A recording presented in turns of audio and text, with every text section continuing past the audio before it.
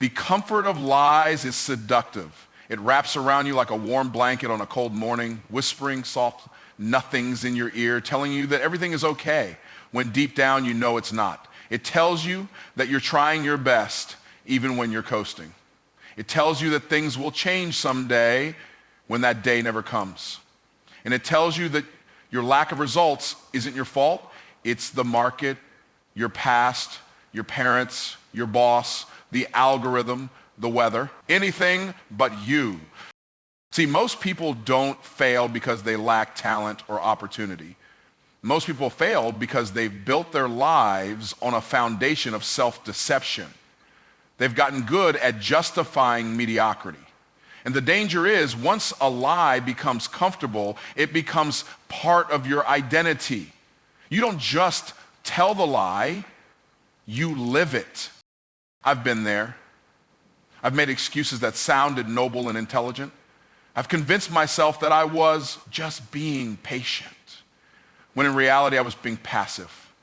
I told myself I was being strategic when I was really just scared. Fear was running the show, but I put it in a suit and called it wisdom.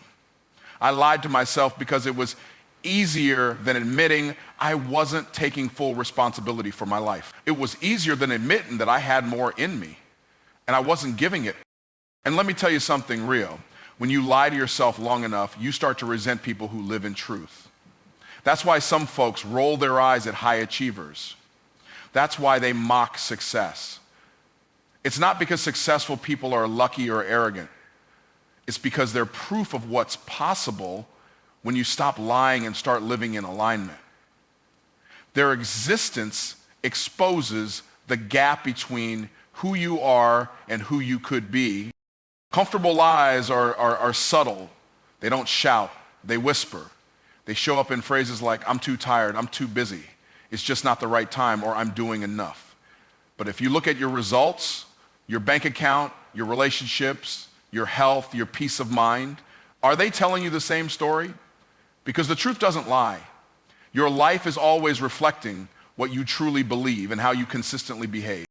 The brutal truth is this: if you want to level up, you have to first tear down the lies you've built around your limitations. Lies protect your ego, but sabotage your progress. They make you feel better in the moment, but rob you of the long-term breakthrough. They give you permission to stay where you are when everything inside you is screaming for more. The comfort of a lie may feel good now, but it leads to regret later. And regret is always more painful than discipline. The lie is a short-term sedative with a long-term side effect: stagnation. That's why the ultra-successful choose truth, even when it's uncomfortable. They would rather be temporarily offended by the truth than permanently stuck in a lie. You've got to ask yourself, what am I pretending not to know? What am I ignoring because it feels too hard to face? What convenient narrative have I created to explain why I'm not where I want to be? Because until you confront that, until you're bold enough to call out the lie, to name it, to dismantle it, you will keep circling the same mountain, wondering why nothing changes. Truth requires courage. It demands humility. But on the other side of that courage is clarity. On the other side of that humility is transformation. So stop choosing the lie just because it's comfortable. Start choosing the truth because it's powerful.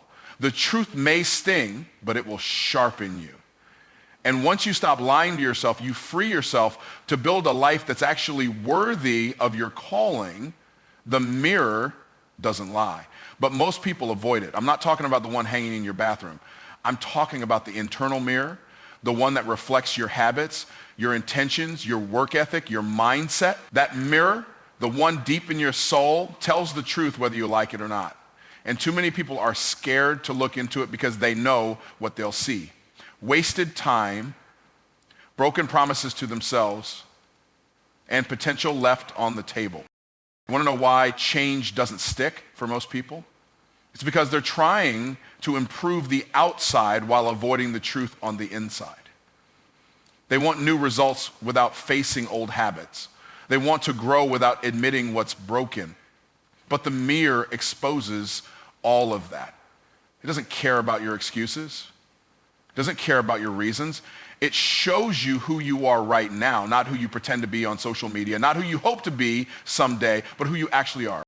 I remember looking in that mirror during a low point in my life. I was frustrated, burned out, and feeling like life was working against me. And I had a moment where I just had to face it. I wasn't doing what I said I would do. I wasn't showing up like I told other people I was. I was busy but not productive. I was passionate but not disciplined.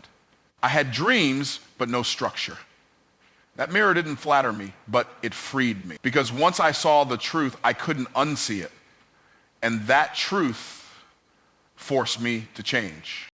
That's why I call it the mirror test. The ultra successful take it every single day. They wake up and ask themselves, am I really giving my all, or am I just going through the motions? Am I living in purpose, or am I performing for approval? And most importantly, am I building a life that reflects who I truly am, or one that just looks good from the outside? And here's what separates high achievers from the average. They tell themselves the truth, even when it hurts. They don't hide from their weaknesses. They expose them so they can be strengthened. They don't pretend everything's fine when it's not. They address it, fix it, and grow from it. Because the truth is, the longer you lie to yourself, the harder it becomes to find your way back. But when you face that mirror, when you lean into the discomfort, you start rebuilding from a foundation. You don't need more motivation. You need more honesty. You don't need another 10-step plan. You need to tell the truth about what you're actually doing with the steps you already have. That mirror is not your enemy. That mirror is your mentor. It shows you exactly what needs to change, but only if you're bold enough to face it. You see, the truth isn't always pretty. It may reveal laziness, fear, insecurity, inconsistency, but it also reveals possibility. It reveals strength. It reveals the next right step. And when you get real with yourself, when you stop running from what's hard to admit, you gain the power to transform. So stop avoiding the mirror. Look into it. Stare into it. Let it tell you what you've been trying to hide. And once you've seen what's real, don't shrink back. Step up. Use that clarity to ignite your next level. The mirror test is not a one-time thing. It's a daily discipline. And every time you pass it with truth, you move closer to the life you were always meant to live. There's a cost to avoiding the truth, and it's much higher than most people are willing to admit. Every time you sidestep honesty, every time you choose comfort over confrontation, you lose something valuable. You lose time, you lose momentum, you lose opportunities, and sometimes you even lose yourself. The consequences of avoidance are real, and they stack up silently. Like bricks in a wall, you don't even realize you're building around your own potential. People love to act like avoiding the truth is neutral, like it's not a big deal. But let me tell you, it's not neutral at all. It's negative. It's destructive. When you dodge reality, you don't just delay your growth, you deteriorate your own confidence. Deep down, you start to question your worth, not because you're incapable, but because you know you're not being honest with yourself. And that kind of internal betrayal, it's subtle, but it eats at you day by day. Think about how many people stay in relationships they know are toxic, jobs that drain their soul, habits that kill their future, all because facing the truth would mean making a hard decision. Avoidance becomes a coping mechanism. They tell themselves, it's not that bad. Maybe it'll get better. I can deal with this a little longer. But in the process, they're trading their purpose for their pain. They're buying short-term peace at the cost of long-term potential. I remember coaching someone who had all the talent in the world, but couldn't get results. Every time we spoke, he had a new excuse, a new reason why things weren't working. The timing's not right. People just don't get me. I'm waiting for the right opportunity. But the truth was simpler and much harder to swallow. He was scared. He was procrastinating. And he was hoping life would change without him having That avoidance costs him years of progress. Avoidance doesn't protect you, it paralyzes you. It locks you in patterns that keep repeating because you refuse to confront the root. You can't fix what you're unwilling to face. And while you're dodging that difficult conversation, delaying that tough decision, or distracting yourself with busyness, the clock is still ticking. Time isn't waiting for you to get courageous. Neither is your purpose. You see, growth lives on the other side of discomfort, and truth is the gate you have to walk through to get there. The ultra successful don't avoid, they attack the hard things head on. They understand that pain is part of progress and discomfort is part of destiny. They would rather face a hard truth today than live in quiet regret tomorrow. And let's be real, sometimes the consequences of avoidance don't show up immediately. They hide, they wait, and then one day you wake up and wonder how you ended up so far from the life you imagined. That's not because of one big failure. It's because of hundreds of small lies you told yourself along the way.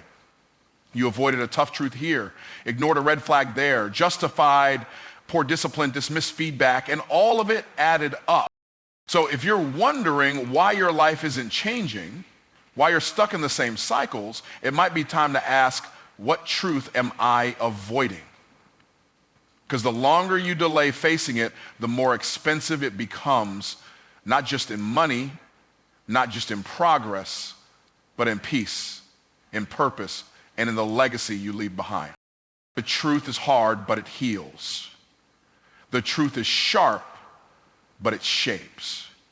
And the people who build extraordinary lives aren't the ones who avoid, they're the ones who confront. They look truth in the face and say, let's do this. Because they know that the only thing worse than facing the truth is living a life built on lies.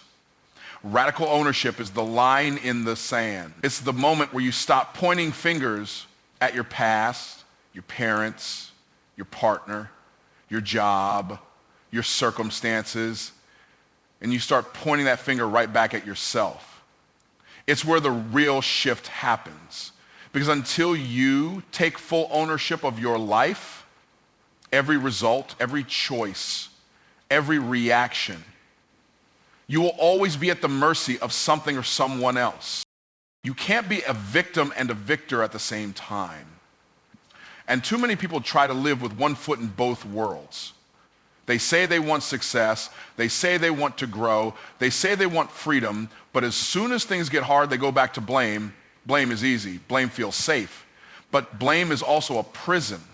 Because when you blame, what you're really saying is, I have no power to change this. And that is a lie that will cost you everything.